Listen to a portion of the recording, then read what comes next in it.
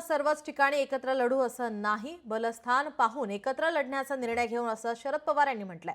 शरद पवार यांच्या वक्तव्यानंतर आता स्वबळाचे संकेत दिल्याची चर्चा रंगू लागली आहे।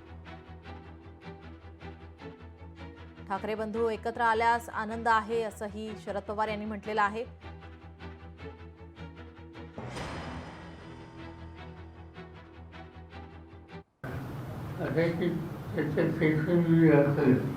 आमची काही चर्चा नाही, कारण मी मुंबईत नाही आहे, सतत बाहेर आहे, तर 1-2 दिवसांनी जाईन, तर आम्ही बसून याचा निर्णय घेऊ।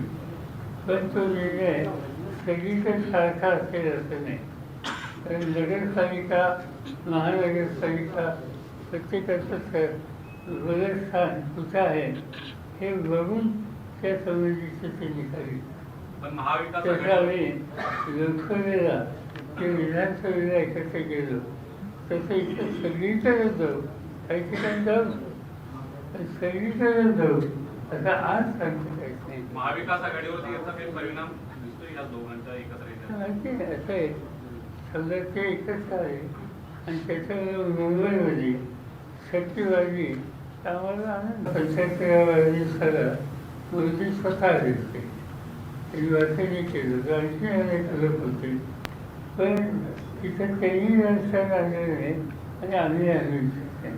आमच्या शुभेच्छा आहेत, देशासाठी त्यांना काय करायचं असेल ते योग्य करावं एवढी चालते। मी थांबलो तर मला बघायचं नैतिक अधिकार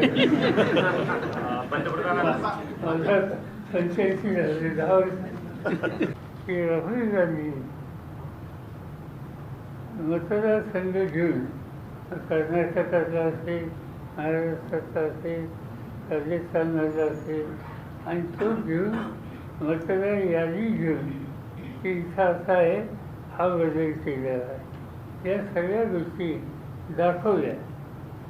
आता हे इतकं स्पष्ट होत असताना लोकांचा विश्वास निवडणूक आयोगावर बसावा याची खबरदारी आयोगाने घेतली पाहिजे, पण आयोगाने तो दृष्टिकोन घेतलेला नाही आणि त्याच्यावर आर्थिक काय चालले।